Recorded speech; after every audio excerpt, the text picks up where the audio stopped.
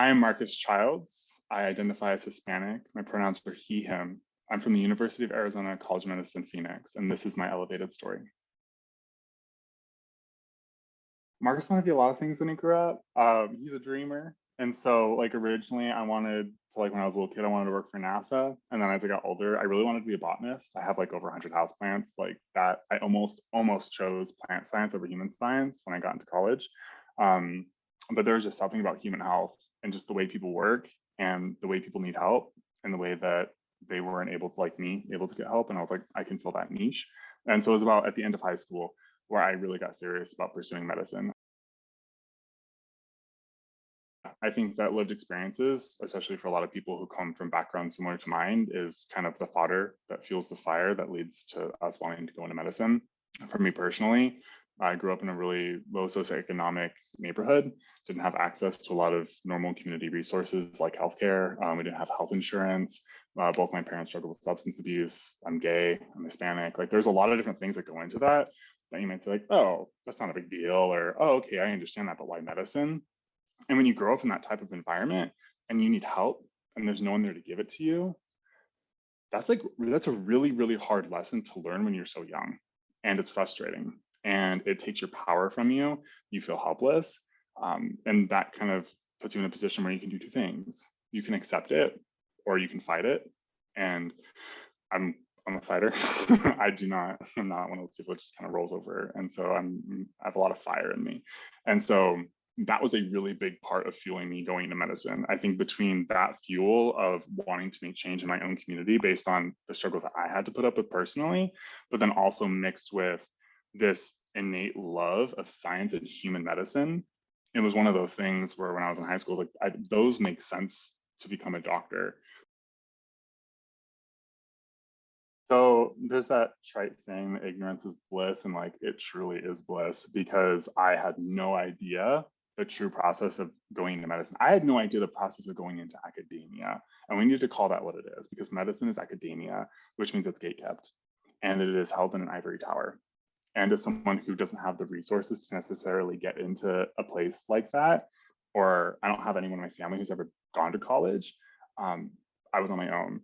And so my entire senior year, I just applied for scholarships nonstop. I was able to get a few that added up enough to be a full ride. I was very fortunate.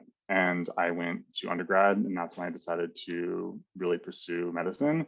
But then I was like, it's not just like showing up to class and being present or just trying to be a good student by asking questions. It is so much more than that. It is acclimating to an entirely new city on your own, realizing that you don't have tools that other people have in terms of life, because you, especially academic, because like no one in your family was there to model that behavior or to give you access to that. It's that unspoken curriculum that people from backgrounds similar to mine don't have access to.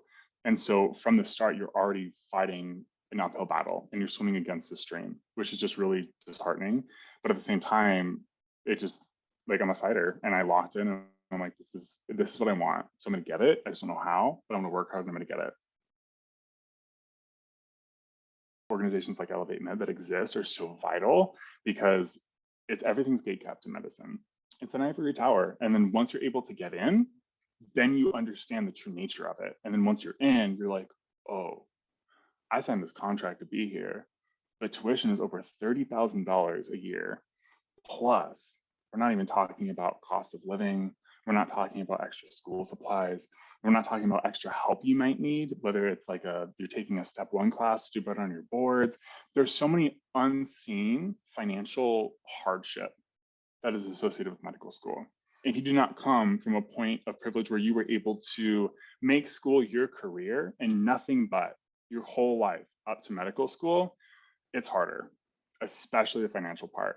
And so it's hard to have that moment where you're like, do I listen to my heart or do I listen to my wallet? And when you grow up poor, it's really, really hard to say, I'm going to listen to my heart when you just have this instinct to you crave financial stability and safety. And you are finally in a position where you've worked so hard to get to this point and done everything that everyone else has done. And you've worked so much harder to get it. And then you get to a spot where you're like, I have to choose. Do I want to do primary care and care for my people and follow my heart? Or do I want financial safety? And I hate that that's a decision. That is not a decision anyone should have to make. And I think that is a reflection of a really systemic change that needs to happen. But regardless, that is a decision I found myself facing and trying to decide, what am I going to do? I don't know. I don't know what to do. When you follow your heart, people notice. And when you really care about something, people notice. And if you do things for the right reasons, people notice and people want to help. And that's why I'm so grateful for ElevateMeD, because it's one of those scholarships that I applied. I was like, I really hope I get this. It's a scholarship organization run by physicians of color who understand these struggles and who want to make change. And the scholarship has now given me power. It has empowered me to be able to choose my own passions, my own loves that are going to be benefiting a lot of people.